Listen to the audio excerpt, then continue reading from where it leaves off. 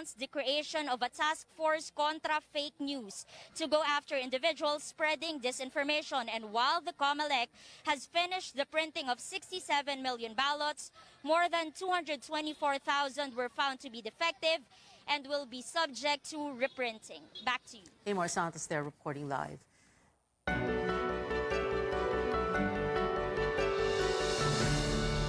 President Duterte has ordered house-to-house vaccinations for COVID-19 as millions of doses are set to expire in 3 months' time. AC Nichols tells us more in this report. An advisor to the president recently revealed that over 27 million doses of COVID-19 vaccines bought by the Philippines will expire in 3 months. President Duterte says the government is not to blame. Ang bakuna nandyan. Para sa lahat ng Pilipino, in-order natin yan. Ngayon, kung may mga Pilipino, marami pa na hindi nakapagbakuna o ayaw makipagbakuna, hindi naman kasalanan ng gobyerno na magbili tayo commensurate to the number of Filipinos that would be vaccinated. He called on those who have yet to be inoculated to get the vaccine. Otherwise, the expiring doses might go to waste. The president said these could be donated to other countries, but he's still hoping to convince more Filipinos to get vaccinated by bringing the shots straight to their homes. Wala na tayong magawa. The most that we can do is a last-minute program. We embarked on a program that would i-deliver natin yung vaccine sa bahay-bahay. Health Chief Francisco Duque has assured the president the vaccines will not go to waste. He said the country's vaccine wastage is just over 1%, far below the 10% indicative wastage rate used by the World Health Organization. Yung po sinasabi nilang 25 to 27 million na mag-expire by July, ang tawag po natin dyan yung theoretical expiration. Hindi pa po ito expired kasi July pa yan. Magagamit pa rin po natin yan. The secretary said most of these doses were donated or bought by either the private sector or LGUs. At the same time, he recognized that authorities need to work harder to get more Filipinos inoculated against the coronavirus. Duque said national and local candidates can help by encouraging their supporters to get vaccinated. Dahil sila naman mga influencers sa kanila pong mga komunidad, maganda ikampanya din nila yung bakuna, Mr. President, para talaga whole of nation and whole of government approach tayo. According to government data, over 66 million is just over 1% already been fully vaccinated. That's around 73% of the target population. But the coverage for booster shots remain low at 12.2 million. AC Nichols, CNN Philippines. Duque also wants Congress to push for legislation that would make COVID-19 vaccination mandatory.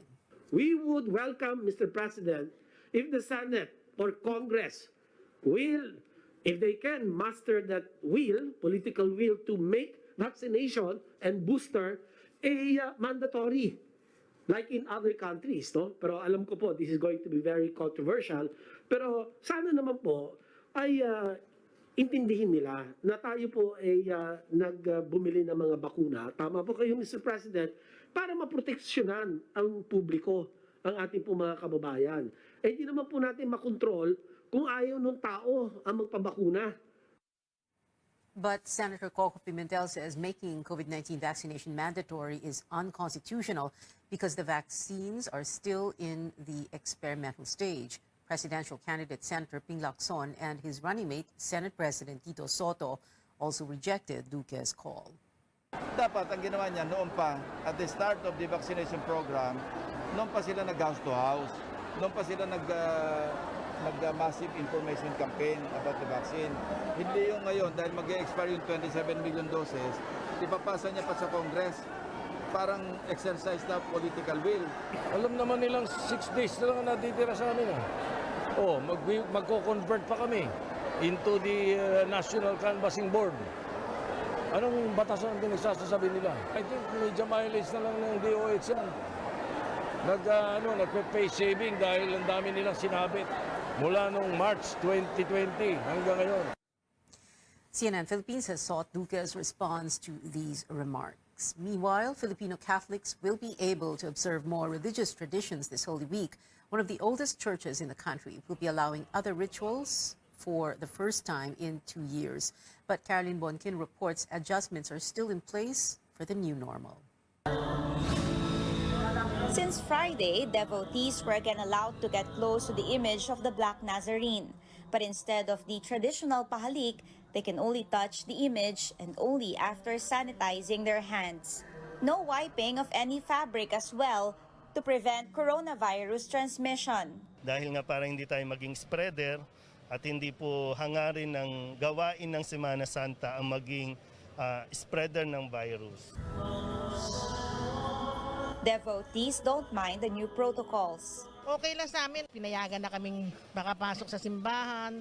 Dati nung pandemic, dyan na kami sa labas. Siguro naman safe. Sumusunod pa rin naman ako sa protocol. Quiapo Church will also resume other religious rituals like the pabasa on Holy Monday to Wednesday. Naka-face mask pa rin tayo at yung physical distancing. Inalis din naman ng IATF yung curfew, so kaya pwede tayong 24 hours na open. Instead of the traditional procession, there will be a motorcade of the Black Nazarene's image on Good Friday, following the Traslacion route. No climbing or pulling of the carriage, no walking barefoot. Image replicas, which usually join the procession, will instead be paraded and blessed ahead this April 6th and 7th. So lahat po ng mga may imahen na nais po na madala dito sa simbahan, open po yon. Hindi pa tayo pwede basta-basta magsiksikan, kaya lalo na yung mga imahen, wag nang dalhin sa Good Friday. Kaya naglaan tayo ng 2 araw, madala na nila dito yung imahen nila. All these events will be streamed live. Priests and health officials discourage the practice of crucifixion, warning it can cause infection and blood loss. We request, kung may iwasan naman po, maari naman po tayo, katulad ng sabi kong, sumamba sa ating Panginoon sa ibang paraan. Hindi po yung para mag-inflict pa ng harm sa ating mga sarili. Jenny will be back in Quiapo for the Pabasa and Holy Week Mass. Magsisindi ako ng kandila niya para sa mga yumao namin sa namatay. While Sharina plans to hear Mass and then stay home with her family on Holy Week. Pandemic pa din naman, so I think most of the people will be spending their time at the beach So kami, we just plan to stay at home. The Catholic Church asked the faithful for a solemn celebration of the Holy Week. Caroline Bonkin, CNN Philippines. A Catholic school that's been around for more than 100 years is closing its doors. The College of the Holy Spirit in Manila says it is shutting down because of financial constraints that were worsened by the COVID-19 pandemic. Stanley Gajeta has more. Alumni Victoria and Cora pay a visit to their alma mater one last time. While at the Commerce Building, they viewed the stained glass art piece by national artist Fernando Amorsolo while reminiscing about happy memories. We were having fun kasi wala masyadong classes. So mostly half day. But during the morning, talagang tight security, we cannot go out. We're always hopeful and we believe that God has a better plan for everything. It was equally sad for Winston when he learned he would have to leave his workplace of 20 years. Nagulat kami nung nag-start na yung pandemic. Yun, may mga haka-haka. Una, haka-haka pa lang yun. So hanggang naging totoo pala. The administration of President Rodrigo Duterte has approved the push for free college education in state colleges and universities. However, that also led to the closure of private universities and colleges like the College of the Holy Spirit. Some parents prefer to enroll their children in SUCs than in private schools. The COVID-19 lockdown saw sharp declines in the number of enrollees, making it difficult for the learning institution to survive serious financial losses. They tried their best. In fact, we formed a management corporation to try to, save the school for part. But then, I guess the Holy Spirit had other plans. Some of the Holy Spirit's notable alumni include award-winning journalist Sheila Coronel, peace negotiator Miriam Coronel Ferrer, former Security and Exchange Commissioner Teresita Herbosa, Eugenia Apostol of the Philippine Daily Inquirer, and investigative journalist Buma Cruz, to name a few. The school's last batch, comprising some 30 students, will attend the final graduation rites on April 20th. Malungkot kasi parang wala ka nang babalikan in the future na parang gagraduate ka na nga pero wala kang mabibisita ng school. According to alumni, the missionary of Sister Servants of the Holy Spirit intend to sell the school, but there's no prospective buyer yet. For now, the nuns will continue their mission to help poor communities outside the metro. Sure might not be here, but you know, the spirit lives on. It lives on in every heart of every alumni that was raised here. Stanley Gaete, CNN Philippines. Still ahead on Newsnight, more Filipinos have made it to Forbes' billionaires list, but there's little change to rankings among the wealthiest Pinoys this year. And the Lakers trended after their devastating elimination from the NBA playoffs. This and more sports updates when we come back.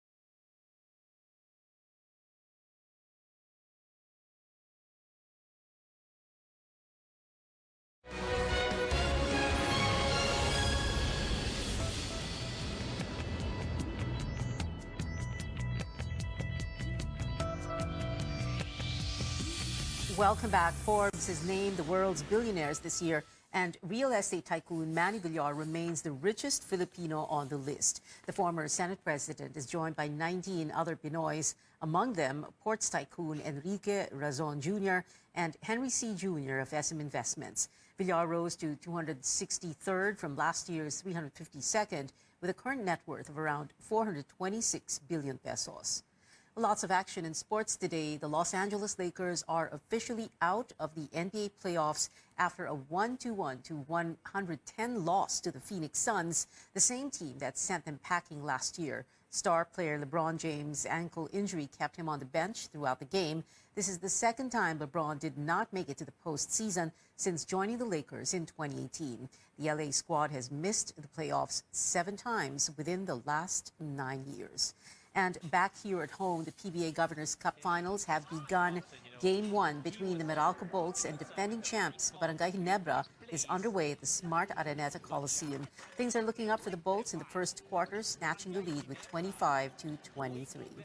Another thrilling championship showdown, this time at the Mall of Asia Arena. It is Creamline versus Petrogas for the Premier Volleyball League's first Open Conference Finals match. So far, Creamline has the lead in set 1 at 20-15. Go to our social media platforms for updates on these games. Now, good news for Twitter users. You may soon get a chance to fix your tweets even after posting them. The social media platform has been working on an edit function since last year. It'll be tested in the coming months. Twitter's head of consumer products said they're, quote, approaching this feature with care so it cannot be used to alter the record of public conversation. And that is it for now. Join me again on News.ph at 7 p.m. I'm Pio Ontiveros for Newsnight, where we go above and beyond the headlines.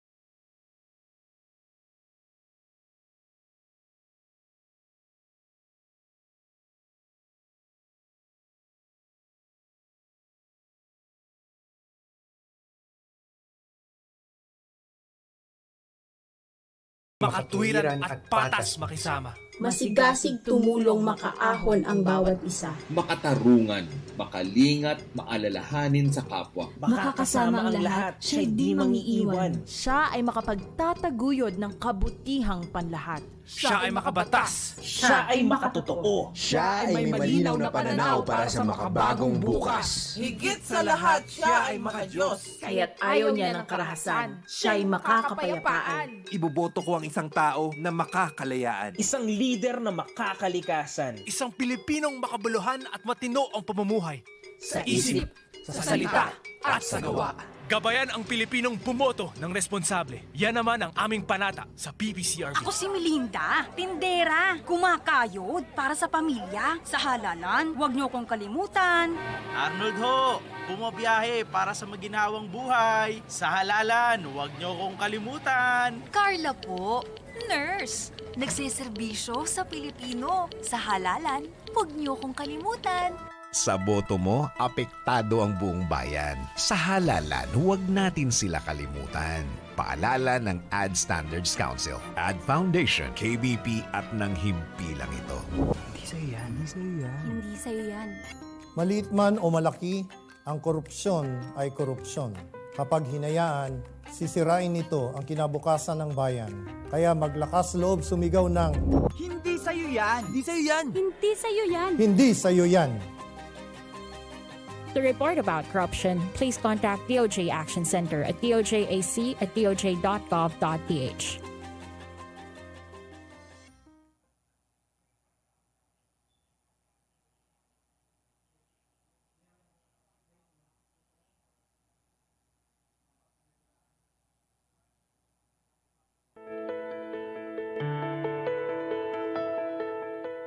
Women today wear different hats, which comes with different responsibilities.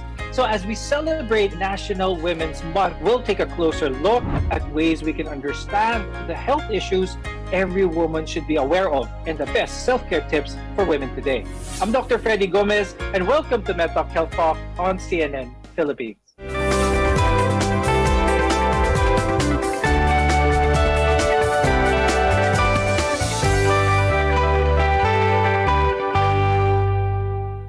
Our guests are here today to tell us how we can be a part of this movement and advocate for women's health. With us is Dr. Irene Sige. She's an obstetrician gynecologist from Cardinal Santos Medical Center and the St. Luke's Medical Center in Global City. Also with us is Natalie Africa Verceles, who is the Director for Center of Women's and Gender Studies from the University of the Philippines. Thank you both for joining us here on MedTalk Health Talk. Now, there are several prevailing beliefs about women that can have a direct effect on their mental health as well as their physical health. But first, let's debunk some of these misconceptions. So let's start with the misconception that women are solely responsible for home as well as family. Ms. Natsi, could you talk more about this and this notion, and how does it affect the women of today? Yes, Doc Freddy, that's actually a reality, not just in the Philippines, but across all countries of the world, perhaps, no?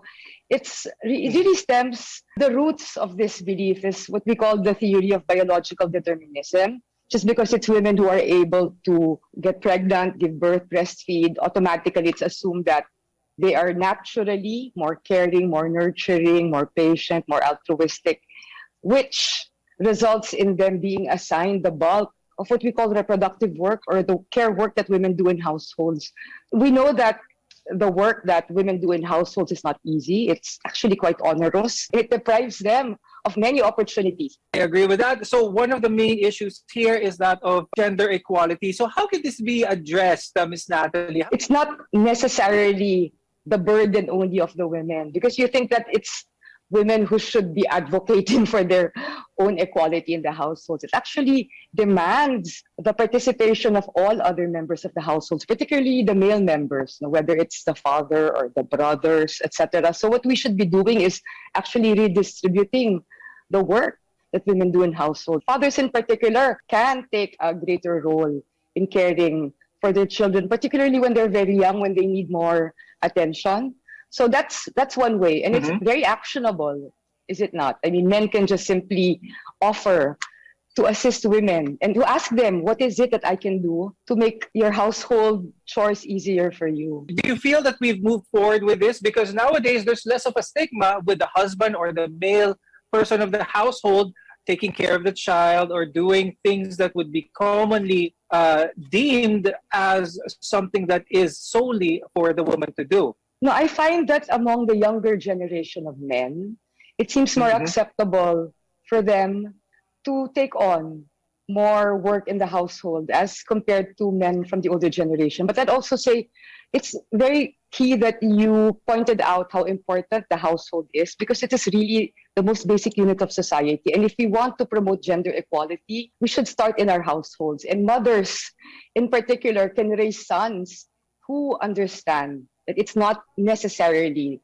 solely the task of women to do all the work that's necessary to maintain households. Along these lines, we'll also be talking about some health issues that women should also be aware of. Dr. Irene, what are some of the top 5 health issues that you think women here in the Philippines should be really aware about? Right now, we are encouraging more on preventive medicine rather than curative medicine. The common ones like diabetes mellitus, hypertension, obesity, some sexually transmitted illnesses, breast cancer, among others, and also mental health issues. Those are very important ones, and we'll be discussing them in further detail as we go on in the program. Ms. Natsi, let's talk about the landscape where women are, especially here in the Philippines. What can you say about that? What are some of the challenges that women nowadays face, especially in the workplace? When we think of the workplace, we automatically think of an office. Do not. It has shown that the labor force participation rates of women are 28 to 32 percentage points lower than men's, which means that there are less women as a percentage of women who are of working age, who are in the labor force. So that brings us back to what we were discussing earlier about how women are still seen as primarily responsible for domestic work. Dr. Irene, talking about pregnancy and maternity, especially in the workplace, is there a certain time where it is deemed safe for her to continue to be working, or should she be resting at a certain point, awaiting the birth of a child? As we always recommend, having children or getting pregnant should be a plan ahead so that the mommy can prepare herself physically, psychologically, mentally for the pregnancy. So actually, pregnancy is not a disease. It's a physiologic role of a woman. So when she's planning to have children early on, she should be already consulting her doctor so that her pregnancy will be less complicated. The woman can actually work until the term pregnancy as long as she's considered low risk. However, if during the prenatal course there's comorbidities like diabetes, hypertension, obesity, which will be determined in the prenatal checkups, appropriate recommendation on when to do bed rest, when can they go back to work, will be recommended by their OB-gynecologist. So the emphasis is on proper preparation before pregnancy, during pregnancy, and after delivery. That is definitely an important factor, especially for first-time mothers. Now, National Women's Month is a time to celebrate women's achievements, but it's also a time to raise awareness on issues unique to them. There are several health issues that impact women differently than men. When we return, we'll talk about these health concerns and what women can do to manage the risks. You're watching MedTalk Health Talk. We're your partner in health.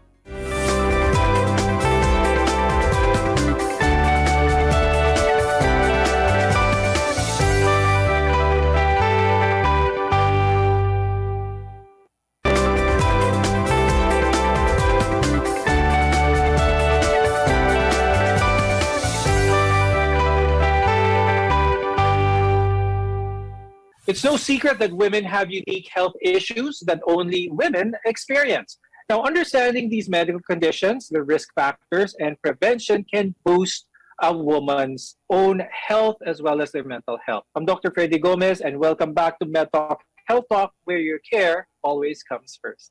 A common issue women face as they age is osteoporosis. This is when your bones become weak as well as brittle. Now, postmenopausal women are at higher risk for fractures associated with osteoporosis, and as a result, it can cause back pains to posture and even broken bones.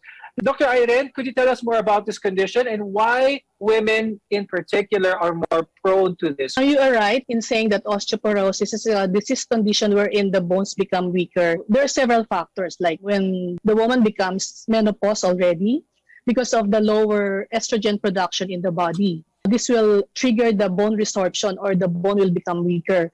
And also if the woman has not maintained her ideal body weight or the body mass index, because it will have an effect on the weight-bearing bones of her body. And not having regular exercise, and also not getting the proper nutrition, the intake of calcium. And also important is the exposure to sunlight, because it activates the production of vitamin D in the body.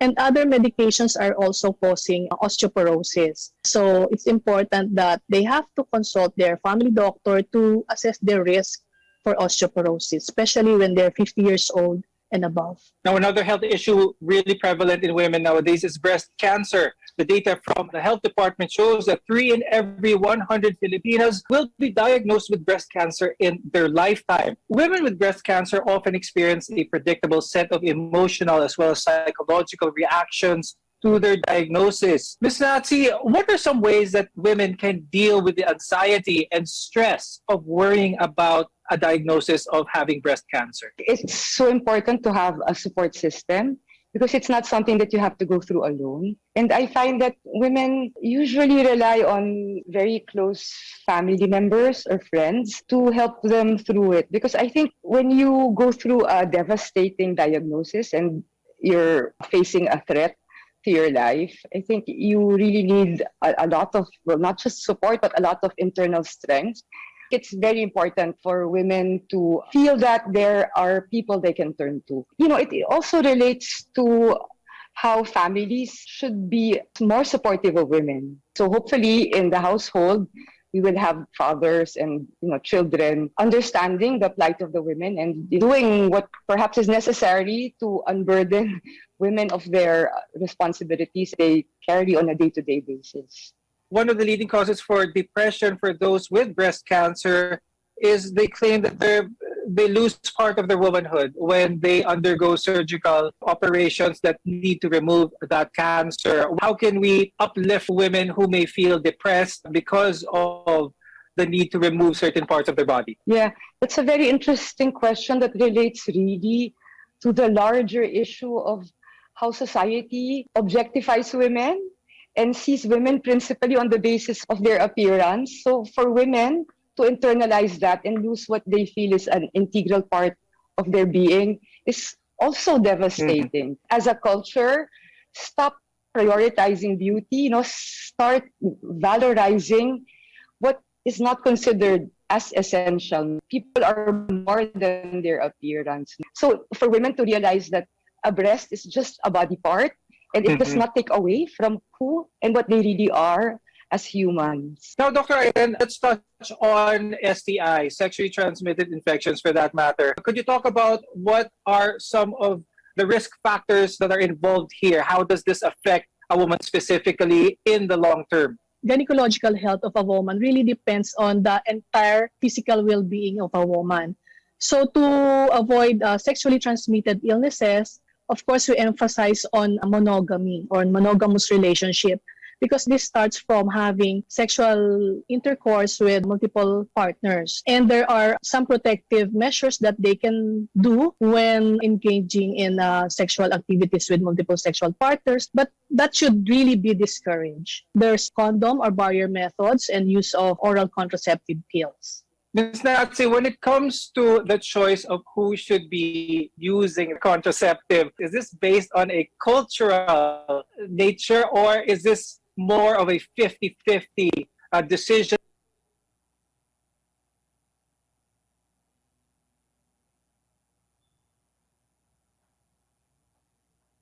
On who will be adhering to that contraception? I will insist that all women of reproductive age should have access to contraception if they so desire, because we want to prevent unintended and unplanned pregnancies, particularly for teenagers. And as Dr. Irene already mentioned, there are also barrier protections because we want to protect them from HIV/AIDS or sexually transmitted infections. Dr. Irene, I want to talk about menopause, how to decrease the symptoms that one may experience when they are approaching menopause or at menopause. The symptoms of menopause are as follows, like you have irritability, hot flashes, osteoporosis.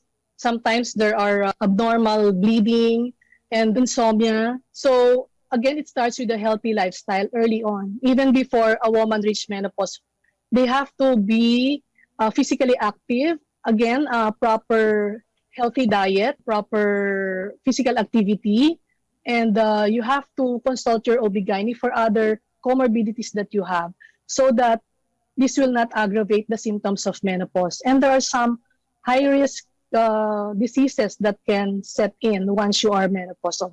Taking steps to prevent health issues is a great form of self-care. When we return, more self-care tips for women. Your health is our mission here on MedTalk Health Talk.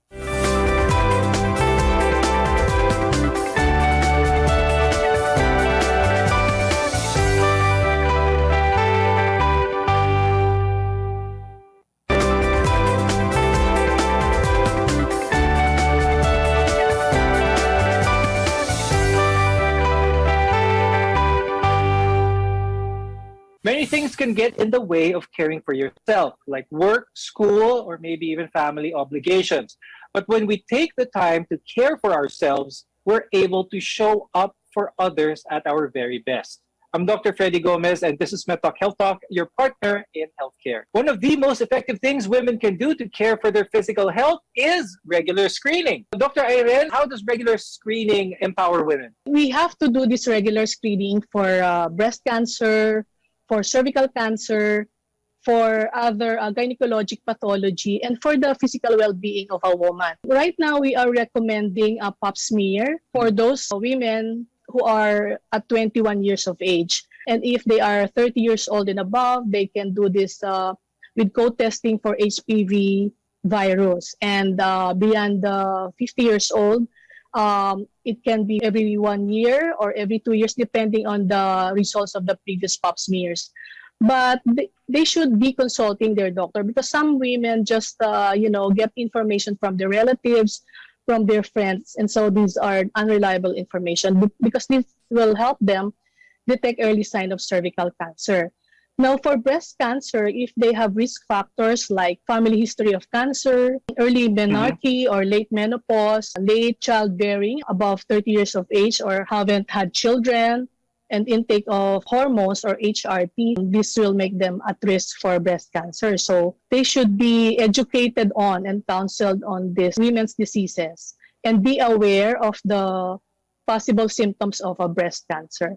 And for the other health issues such as diabetes, hypertension, just recently there are executive checkups, especially for working women. There are different panels of metabolic blood tests to assess the other functions like for cardiac diseases, for the lungs, for the liver, all other metabolic functions. But I would also like to emphasize the adult immunization.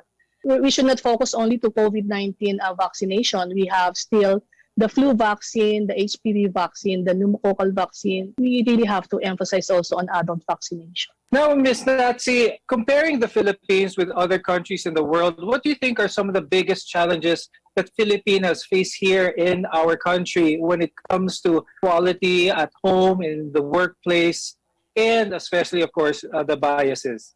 If you look at the latest Global Gender Gap Report for 2022, our lowest scores were in political empowerment and economic participation and opportunity. Yung health and survival, educational attainment, good tayo eh. Dr. Irene, what advice could you give women, especially when it comes to their mental health, to be able to find a good medium ground when it comes to the pressures that society gives to them, but at the same time, still having time to recognize themselves? In the past 2 years, we have realized the importance of self-care, especially for women. So number one thing is for us to enhance our spirituality and sense of gratitude. Secondly, you have to stay positive. You have to declutter your life with issues that are negative, with relationship that does not give you joy, or any endeavors that does not give you joy. It's like decluttering your life. You can do the exercise, yoga, meditation, anything that will relax you and will give you joy. You can go into learn some arts and music. You can play the piano, painting. Approach your physical and well-being holistically. Now, of course, self-care also involves daily practices that make us feel nourished and happy. Ms. Natsi, what are some ways that women can cultivate self-care in their everyday life? I think what's important is the mindset. It's not to feel guilty. Because women tend to feel guilty when they do things for themselves. Because they feel so responsible for so many people, in their lives. So start with that, okay? So when you take time off for yourself to do what makes you happy or what gives you pleasure, yung sinasabi nga ni Doc Irene, what gives you joy, then you should see it as something that you owe to yourself because of the work that you do on a regular basis. So we need to make space. It's something that you really need to do for yourself because you want to be able to continue to care for others. And in order to do that, you need to look after yourself. So yeah, find whatever makes you happy, do it, don't feel guilty, and make it a daily practice. But before we go, I'd like to ask Ms. Natsi if you have any message for all the women out there. I want to greet everyone a happy National Women's Month and exhort all the women in the Philippines to please love yourself. Okay, so take care of yourself and remember that we need to look after ourselves in order to look after others. Very well said. And Dr. Irene, do you have any message for our viewers, especially when it comes to women's health? If we have emotional quotient, we should have health intelligence or health quotient. This is being able to assess, perceive, and manage your health. You should educate yourself, conscious of your physical well-being by doing the proper attitude, avoid harmful habits like smoking and alcoholic misuse. And you have to consult your family doctor or your OB-gynecologist because you will not enjoy the fruits of your labor if you are always getting sick, if you're not healthy. With that, I'd like to thank obstetrician gynecologist Dr. Irene Sige and Director of UPCWGS, Director Dr. Natalie Africa Verceles for being with us today and sharing your insights. We appreciate your time very much. Remember, we all play a role in breaking the bias today. So let's celebrate women's achievement and together, forge a gender-equal world. I'm Dr. Freddy Gomez, and thank you for watching MedTalk Health Talk on CNN Philippines. We'll see you again next time.